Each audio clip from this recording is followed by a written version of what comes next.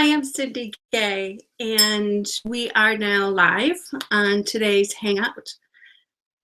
And I'm a bit winded. I am cutting it close today. I am a little bit early, but only by a tiny bit. It took me a little bit longer to get all the camera stuff set up. So let me bounce over to the website to make sure that I'm showing up there.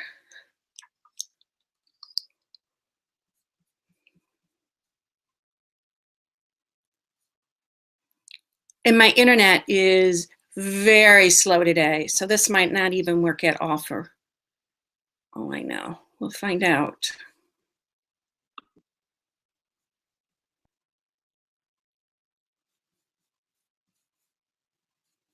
Oh, come on. All I know. We'll find out.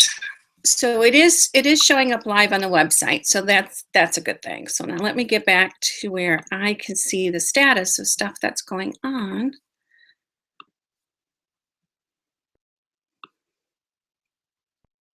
Okay, there we are. Okay, so I made it. Today I'm doing a pattern.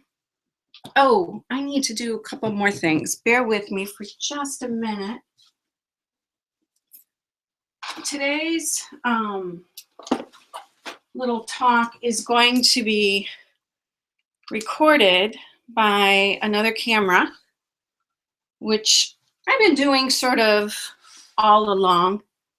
It gives me the option to edit it and to keep a nicer version of it. Okay, let's get that situated. One of these days I'll have all this stuff figured out and this won't be quite so complicated. Okay, what is this doing?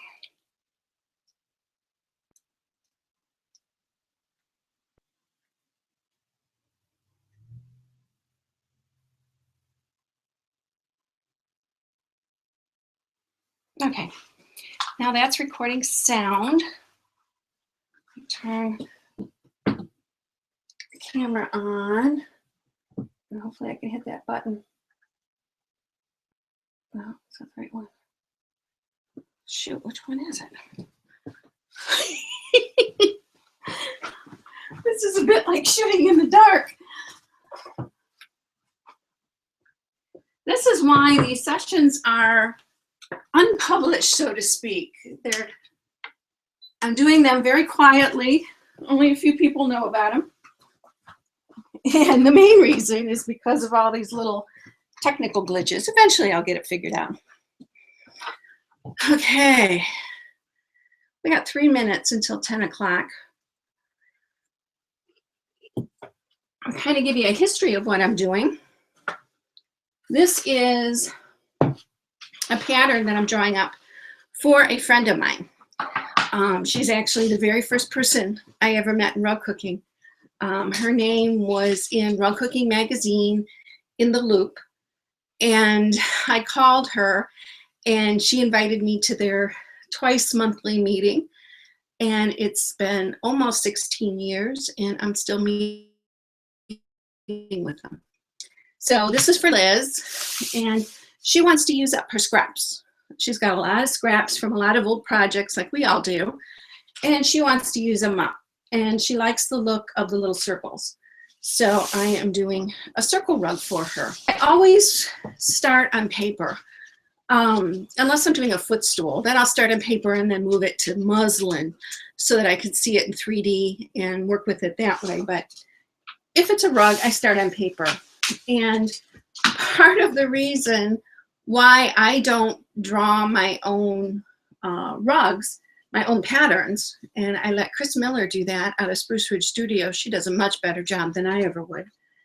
And is because I rarely trace things the same way twice. So this is sort of the gist of the pattern. I've got a row of big circles around the outside, separated by a 1-inch border, and then a field in the center with circles of various sizes.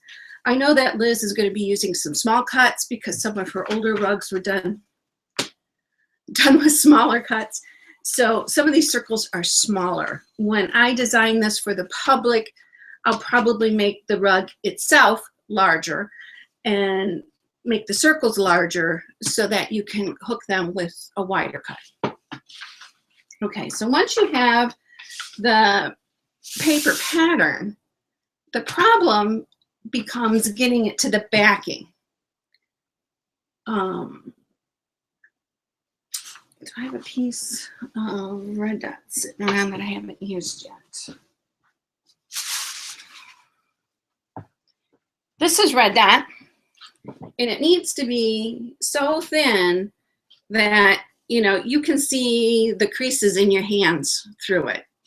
There is a red dot that you can get at the fabric stores, but it's so thick. It's designed for making patterns, and so they want the fabric to be a little bit thicker. And it's not so good for doing the transferring that we do. You want this very thin, gauzy stuff. And what you do is you take your red dot and you put it over your pattern and you trace your pattern. Now, one thing that I did not do, this is going to be really hard to see. Let me turn the paper over. Maybe that'll help. Or get rid of the paper altogether. One thing that I don't have are straight lines that show the outside of the rug. I do have a mark on where the corner is, and that is because I want to draw the outside edge in the ditch of the fabric. Okay, so let's get this lined up. We are going to put this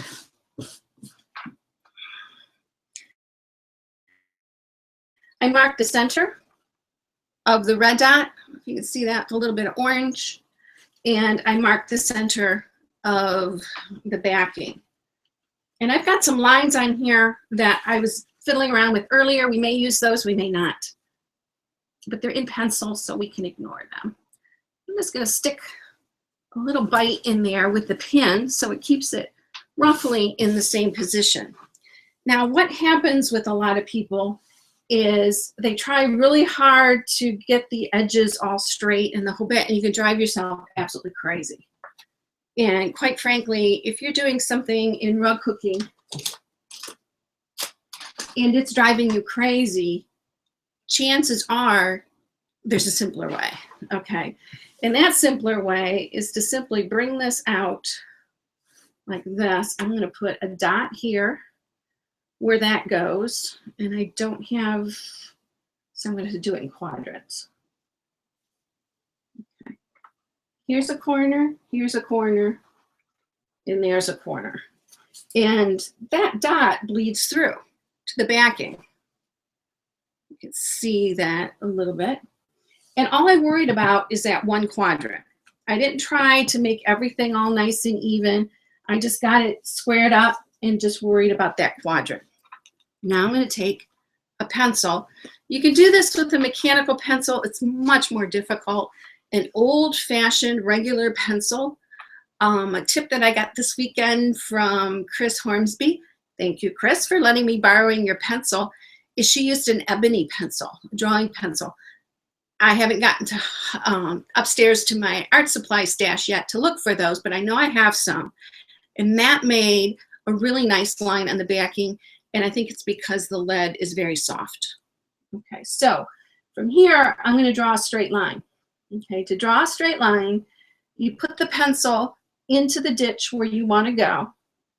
You put your finger, move this up, make sure it gets on the overhead camera. Okay. Put your pencil in the ditch.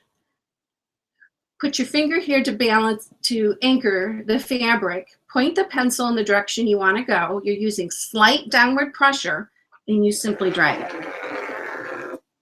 And there's your line. And now I'm going to drag it this way. Right there, I hit a fold in the fabric, and I could hear it, and I could feel it, and it told me that something wasn't right. So that, and a lot of times it helps if you move your finger up to get a better anchor on it.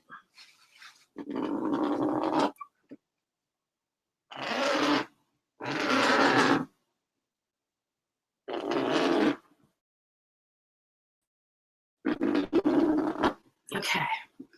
Now I only need one more point. And that point is going to be this point out here. So I'm going to mark, mark, and mark. I changed the size a little bit, so that's a little confusing at that end. And with that marked, now I can bring that down till it matches that line. Down here, I think I'm off a thread. Bring that down till it matches that line. And then bring this down until it matches the outline, which is that one. And now I'm going to do it the other way. It is easier for me to draw this coming towards me. So that's why I rearranged this to make it a little bit easier, a little bit faster. Somewhere that goes. Whoops. Okay. Now what I'll do is when I'm all done, I'll make those lines darker. But for now, I want to get what I call the curvy part of the pattern in here. And to do that, I'm simply going to sort of spread this out again where it needs to go. Grab a couple of pins. And then I'm going to start pinning it where it needs to go. And I'm only worried about this one side. I'm not worried about any of this side, and I'm not worried about that side. I'm only worried about the one side, getting that as straight as what makes sense. Let's start over. Sometimes what will happen is when you draw the center, you then have to kind of wiggle it a little bit, which is what I'm doing here. Kind of split the difference on that and get it out where it needs to go.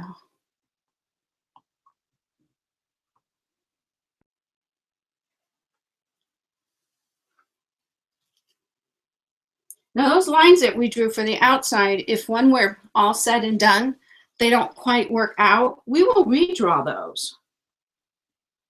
But this just helps us to kind of get the straight. Getting confused on what line I'm working with. Okay. Now, once I have sort of the bottom area straight, I'm going to look up at the top and I'm going to kind of switch this a little bit on purpose just to kind of exaggerate it. Now, you might be able to see, you'll definitely be able to see on the overhead camera. Once I get this edited, you'll be able to see the downward view. The line is outside of where this is, but it's consistent. So I know that the backing has to go this way a little bit. So all I do is basically hold on to one corner and grab a little bit with the other and then straighten it out again. A lot of times what will happen is you go too far and then you got to go back again the other way, which is kind of what I did there. So what line am I lining up to? This is just inside there. Okay, that looks straight, but my outside edges are kind of all gumbled up.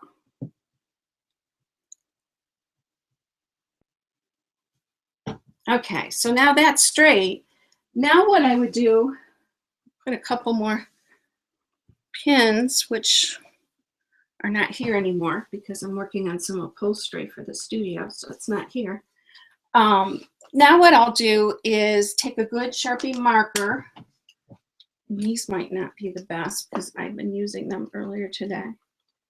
And you're going to slowly trace. You're going to slowly trace around the circle or whatever your pattern is. And then what happens is if your marker's juicy enough, and this one's not, it'll bleed through really nicely. So what I'll need to do is go find a new one. This one's pretty much hit its expected life. And that's what happens. A lot of times I don't get around to throwing them away. And all they do is clutter up my workspace. And I think this one's light too. Oh, that one's not too bad. So you'll do that entire thing all the way through. And then when I'm done, I'll reevaluate the lines. And if I need to move them a little bit, I'll just move them over a little bit. But I know the design is going to be perfectly on the straighter grain simply because I set it up that way in the beginning. So that's the design, that's the pattern. This pattern, once it's done, I think I'm going to use it in my upstairs hall. I have a long hall upstairs with a wonderful 4x8 magnetic blackboard above it where I do a lot of my planning. And I'm going to hook a rug to go in front of that. And I want to hook a scrappy rug like this. I'm not sure if it's as wide as I want it to be for that area, so I'll double check it. I'm drawing this to the dimensions that Liz wanted. But what it'll be is repeatable. So once I have a section of it done, I can take it, flip it, and make it longer. And we'll be able to make it longer by, say, in 18-inch or 2-foot increments, so that when you order on the website, you can order it as, you know, a whatever by 30 or by 36 or by 5 foot or 7 foot or whatever the dimensions end up being. So that'll make that a little bit more flexible. So if you do have that unusually long hallway and you've been searching for a pattern to fit, this will work. Okay. So basically any pattern, it's pretty much the same thing. The important thing is to draw in the ditch and then go back over it later with marker because drawing it in the ditch is the only way to be sure that it is actually on the straighter grain. Take a look here. Judy's here. Hi, Judy. So that's it. That's the pattern. So I hope that makes sense. If you have questions, be sure to ask. You can ask them here on the little chat wing, which looks like I've been disconnected. I have to reconnect. Looks like it has a 15-minute thing, or if you don't use it, it kicks you off. But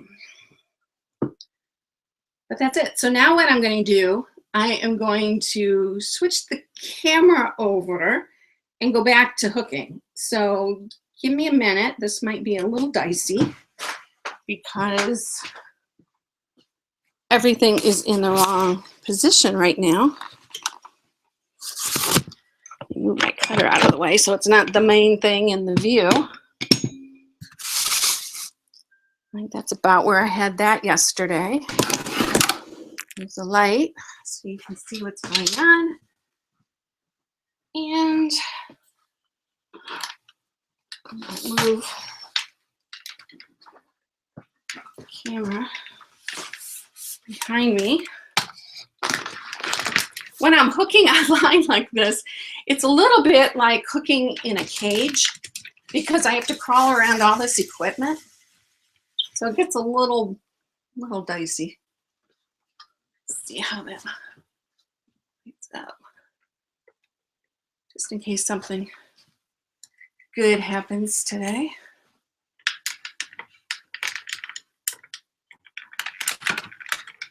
Okay, that's for that.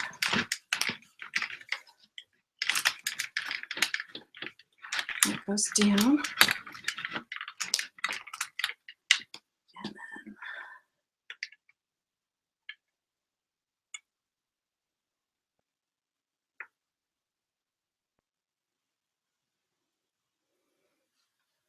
okay, that's pretty close to being right. Okay, now I'm sweating like crazy because that was very stressful. So I'm going to take this extra jacket off. Okay. Today on the hit miss that I sort of set up the other day, I have all the individual lines, and now it's just a matter of filling in with the various colors. And let's grab a neutral.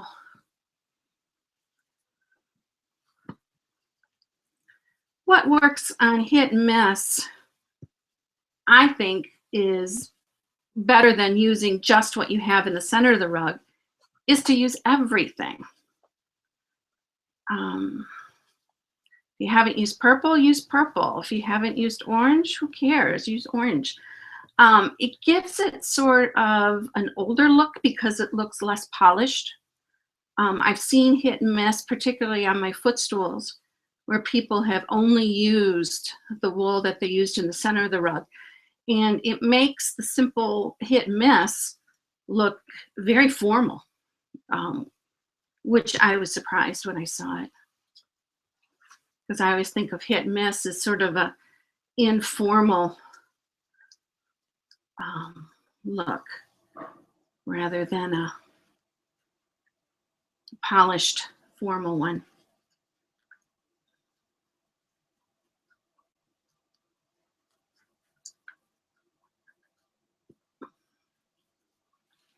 Okay, now what did I do with my scissors?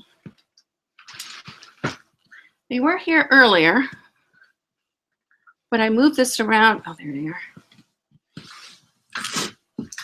And my sound thing always gets hot on the chair. Okay.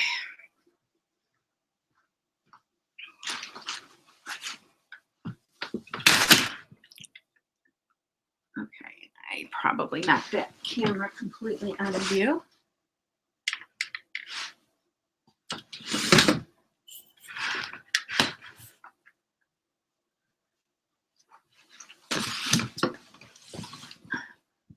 Okay, you can kind of see what I'm doing, I think.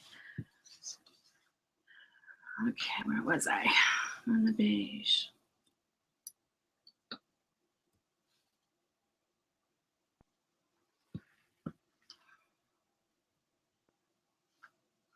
I hope you're taking this opportunity to hook with me.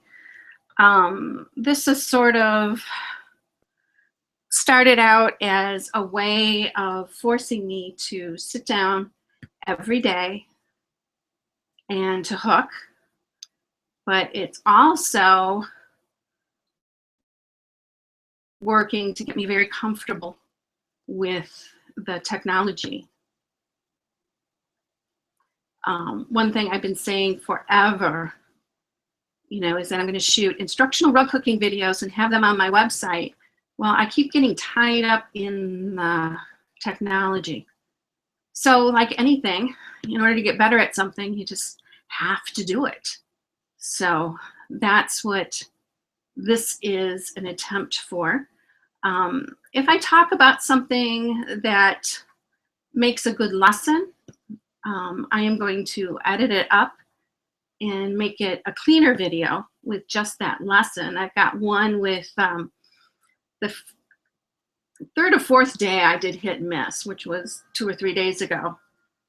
And that's edited and ready to be uploaded. It's just I'm having a devil of a time with my internet connection. And it's taking forever for that large file to upload. So I'm either going to have to find a different service or find a different way around that.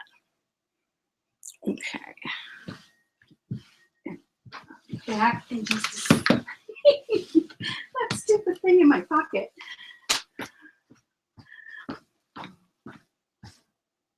What I need to do is probably put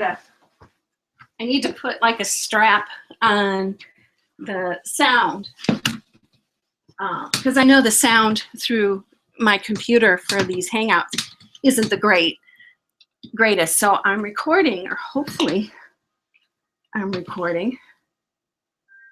Yes, I'm recording the sound separately.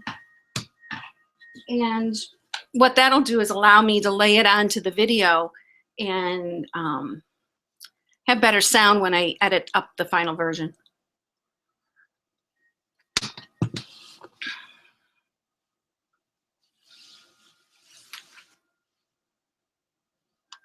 Okay.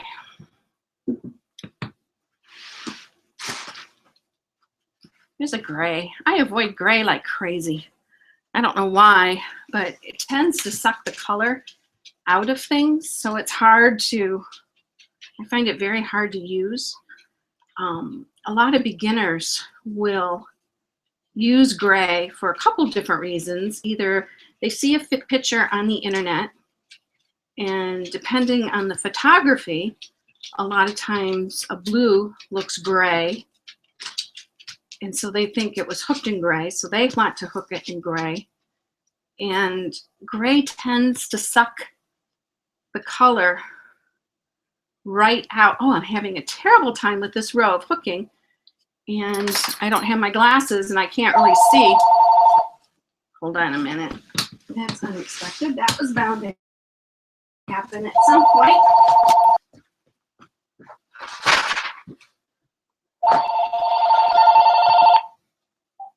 Hello, this is Cindy.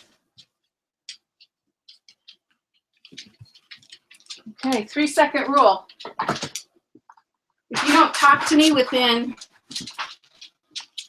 a couple seconds of me answering, you're probably a telemarketer, and I will hang up on you. I know I'm not the only one out there who does that, but talk right away or call me back. What I was saying before, I mentioned this the other day. This particular piece of rug warp is very large. It's about 16 feet by 20-something feet.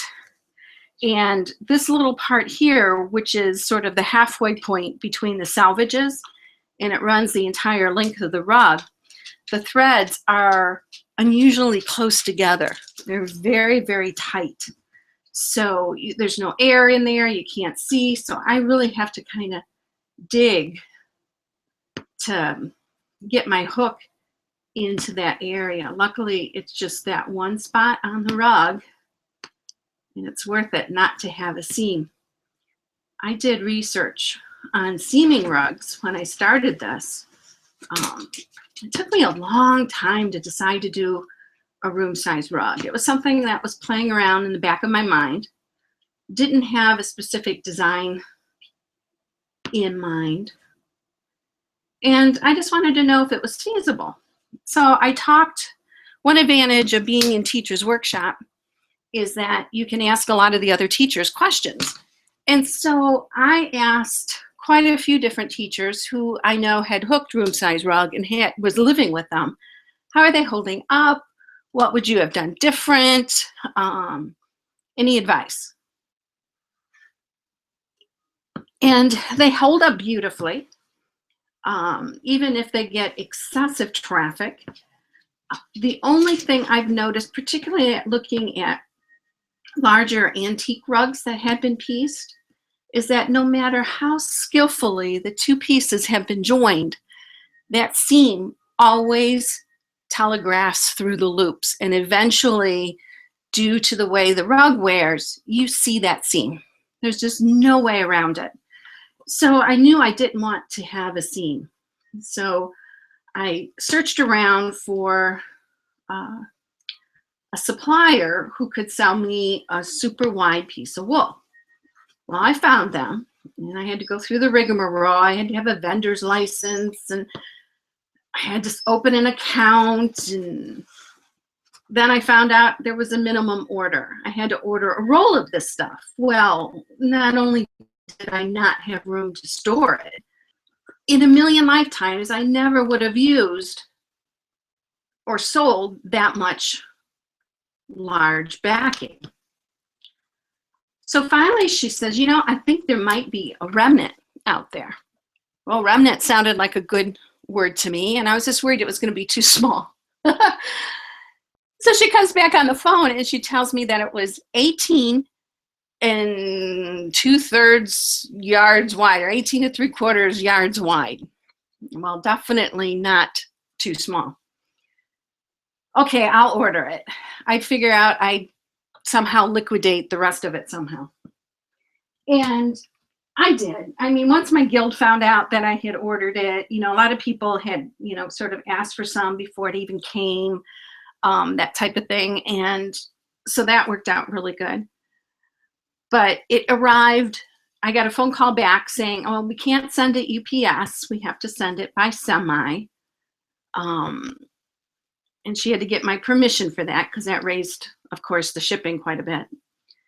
And it came on a 9-foot long tube that was probably 3 feet in diameter, weighed, I don't know how many hundreds of pounds. It was so heavy and so impossible to deal with. I remember coming home, it was wrapped in plastic. I came home and it was sitting on my porch. And we had a little porch at that house, and it hung off both sides. And how he got it on there, he must have like come up from the side and put it in. But there was like, it was difficult to get it back off the porch so we could get it in the door. And before it was going to be stored upstairs because that's where my studio was at the time. And I told my husband, I said, there is no way we are taking this upstairs until I cut off my piece and all the pieces that the people at Guild wanted. So we had to move the kitchen table out of the kitchen and still work in a rather confined area. And we spread it all out and started cutting, and I was exhausted by the end of that. I mean, it was just absolutely mind-boggling how big that was. But it worked out fine. I didn't do anything with the backing for, oh geez, a couple of years.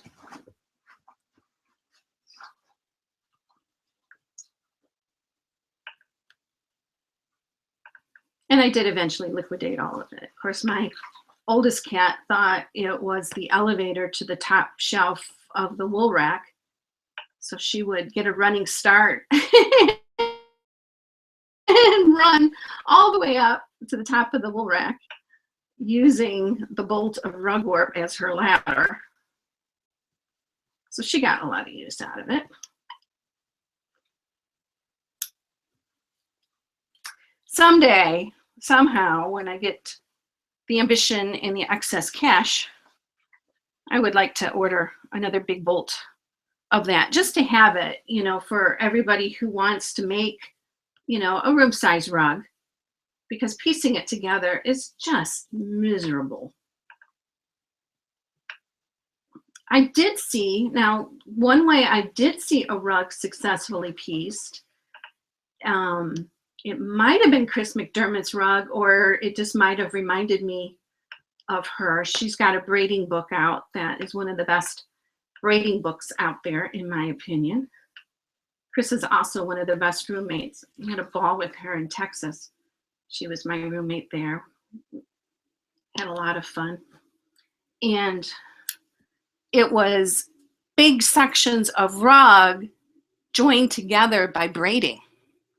Now, that made sense because every section of the rug was separate, and it was intended to be separate, and you could tell that clearly by the braiding. So it didn't look like you were trying to piece it together and make it disappear. It was sort of celebrating the fact that they were 3 different pieces. The pieces were quite large, if I remember, and I can't remember where I saw it. But I do remember thinking, that's one way to go about it. Boy, that tight area is really tight. I'm glad when I get through that. Now, one way I'm getting around it and making it a little bit easier is my hook is very thick at the bottom. It's a wide shank hook. And when I push it in, once I get it in, I'm pushing it down as hard as I can, and that really opens up those threads and makes it possible for that little piece to come up.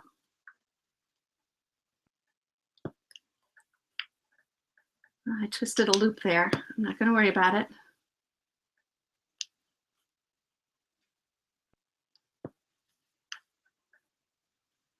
If you are a member or a subscriber to my website, you've gotten the series of emails about how I feel about loops. I don't think the most important thing in the world is a straight loop. If your loops are crooked, so be it. They're your loops. You're the only one in the world who can. So why would you try to make your loops look like somebody else's?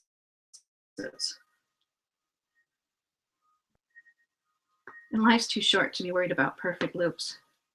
Let's just get the color in and make these rugs. Quite frankly, once they're all done and you've got a million loops surrounding it, that loop up there, you'll never find it again.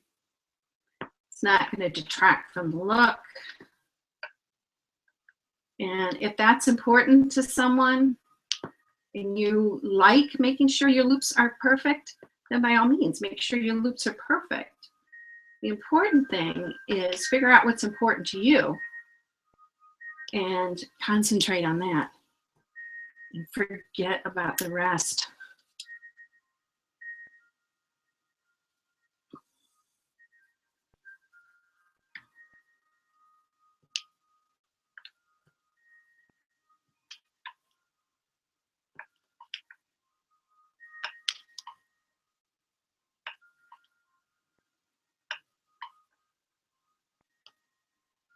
You know, I like hit and miss so much. I'm thinking about that rug for my upstairs hallway. I think I'll have circles in it. And I'll have a border on it like it is drawn. But I think somehow I'm going to incorporate some hit and miss. I don't know where or how, but that would be fun to have that on that rug.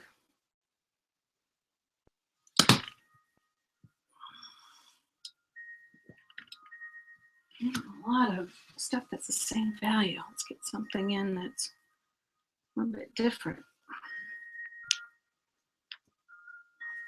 Hopefully, this will be the last one in that little tight area.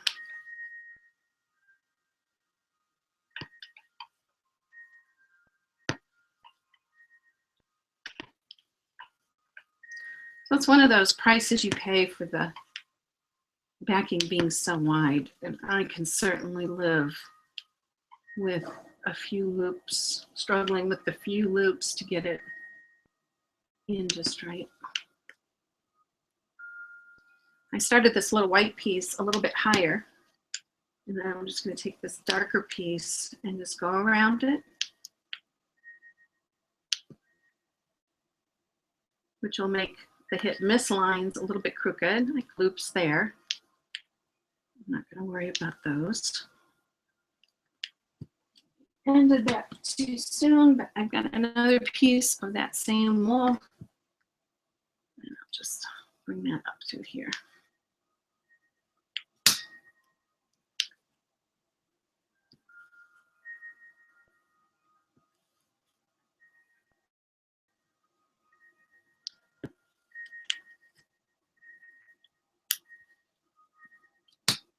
Oh, it's 10:30 already. It's amazing how fast that half hour goes, even though many times I show up a little bit early. I'm going to hook this last green one up this side.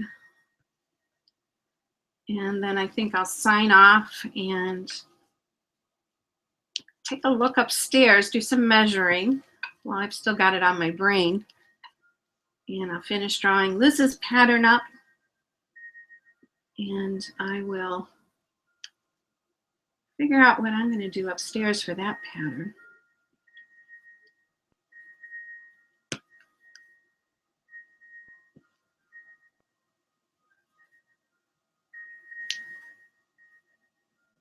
I think I'll do, today might be the last day of hit and miss that I do live. I'm not on the air tomorrow because I have a class on Friday, but I'll be back next week starting Monday, 10 o'clock as usual. And I think by then I'll be moved on to another part of the border on this rug. There's some flower borders around the outside edge. If you're familiar with my stair risers, the stair risers were drawn as a practice run for the border. So some of those motifs are there.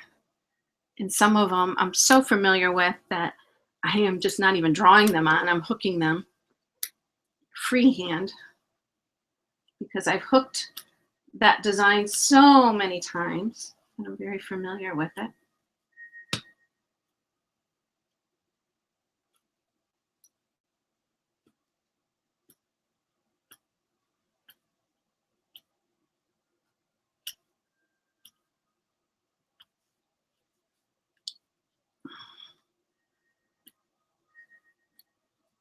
Okay, a little bit closer. So we'll continue with that.